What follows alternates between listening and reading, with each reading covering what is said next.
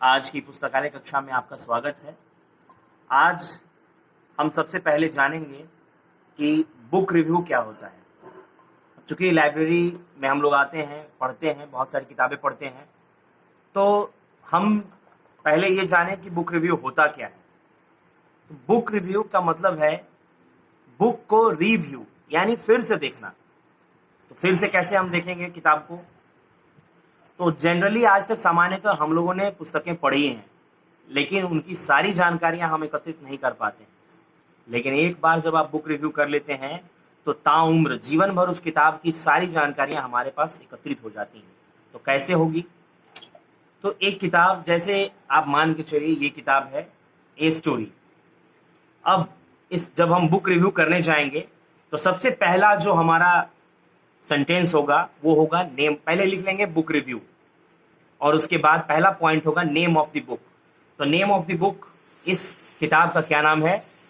तो a story. आप लोगों को दिखाई दे रहा होगा? दिखाई दे रहा है बच्चों? सबको दिखाई दे रहा है बच्चों? आप लोग बोल सकते हैं। क्लियर दिखाई नहीं दे रहा है?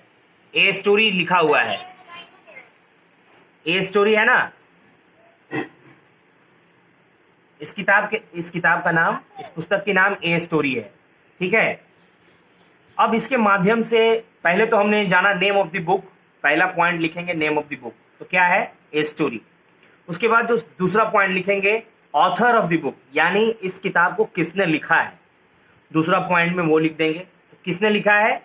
गेल ए हेली। वो नीचे में लिखा रहता है, किताब के नीचे में पुस्तक का जो लेखक होता है, राइटर होता है, उसका नाम लिखा होता है, वो लिख देंगे। उसके बाद है नेम ऑफ द पब्लिकेशन। तो पब्लिकेशन आप देखेंगे जब किताब का पहला पेज खोलेंगे तो आप देखेंगे यहां लिखा हुआ मिलेगा। ठीक है, इस किताब में भी आपको यहां मिलेगा। देखिए ये है अलादीन पेपर बैग्स, ये पब्लिकेशन है, उसका नाम है। ठीक है। उसके बाद होता है प्लेस ऑफ पब्लिकेशन, किताब कहां से छपी है। तो कभी कभी वहां लिखा रहता है न्यू दिल्ली, बॉम्बे, कोलकाता, कहीं जहां से किताब छपी है वो उसका लिखा रहता है। तो वहां पर आपको पता चल जाएगा कि किताब का क्या, कहां से छपा है। उसके बाद है पब्लिकेशन ईयर। जब आप किताब खोलेंगे तो सेकेंड पेज में आप देखेंगे बेटा, जस्ट यहां पर इंफॉर्मेशन दिया रहता है, एडिशन, कौन सा साल ये किताब छपी है, कौन सा संस्करण है, कौन सा एडिशन है। तो वो आप वो लिख सकते हैं ईयर ऑफ पब्लिकेशन में। उसके बाद है price of the book. Price of the book it means किताब की कीमत कितनी है। तो यहाँ पीछे में, बुक के पीछे में या सेकेंड पेज पर भी बुक का प्राइस लिखा होता है।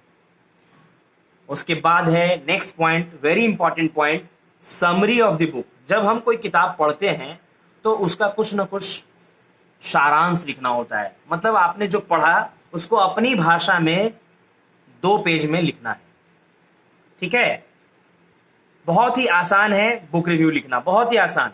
जब एक बार आप एक बुक रिव्यू कर लेते हैं तो वो किताब हमेशा के लिए याद हो जाती है, क्योंकि आप उसका नाम भी जान रहे हैं, उसके राइटर का भी नाम जान रहे हैं, उसके पब्लिकेशन का भी नाम जान रहे हैं, कहाँ से छपी वो भी जान रहे हैं, किस वर्ष वो किताब छपी यह भी जान रहे हैं, उस किताब की कितनी कीमत है यह भी जान रहे हैं, और उस किताब में आपने क्या पढ़ा यह भी जान रहे हैं। तो इतनी सारी जानकारियों के बावजूद क्या कभी कोई भूल पाएगा उस किताब के बारे में? तो इसलिए बुक रिव्यू बहुत ही इंपॉर्टेंट है। आप जब भी बुक रिव्यू करें तो इन सब पॉइंट्स को ध्यान दें। मैं अभी ये वीडियो बन रहा है, मैं ये वीडियो भी आपको भेजूंगा, फिर से आप उसको समझ पाएंगे। अब ये इंग्लिश बुक की है। मान लिया कभी हम हिंदी किताब, कोई हिंदी किताब आपने लाइब्रेरी से बुक इशू कराएंगे, जब अब विद्यालय खुलेगा तब आप जब आएंगे तो लाइब्रेरी से आपको बुक इशू होगा। आप एक साथ अपने लाइब्रेरी क्लास में बुक इशू करा सकेंगे। तो कभी हिंदी कराएंगे, कभी इंग्लिश कराएंगे। तो मैं कभी कभी आपको बुक रिव्यू करने के लिए दूंगा। तो इंग्लिश का बता दिया, अब हिंदी का बुक रिव्यू बहुत ही उससे भी आसान है। सिर्फ अंतर इतना है कि बुक रिव्यू को हिंदी में पुस्तक समीक्षा बोलते हैं। समीक्षा, ये ध्यान देना है, समीक्षा, क्षत्रिय वाला छ है, च छ वाला नहीं। क्षत्रिय वाला क्ष, समीक्षा, ठीक है, पुस्तक समीक्षा बोलते हैं। पहला पॉइंट इसमें क्या होगा, पुस्तक का नाम। दूसरा पॉइंट होगा पुस्तक के लेखक का नाम। तीसरा पॉइंट फिर से जो इंग्लिश में हमने लिखा था उसी का, प्रकाशन का नाम या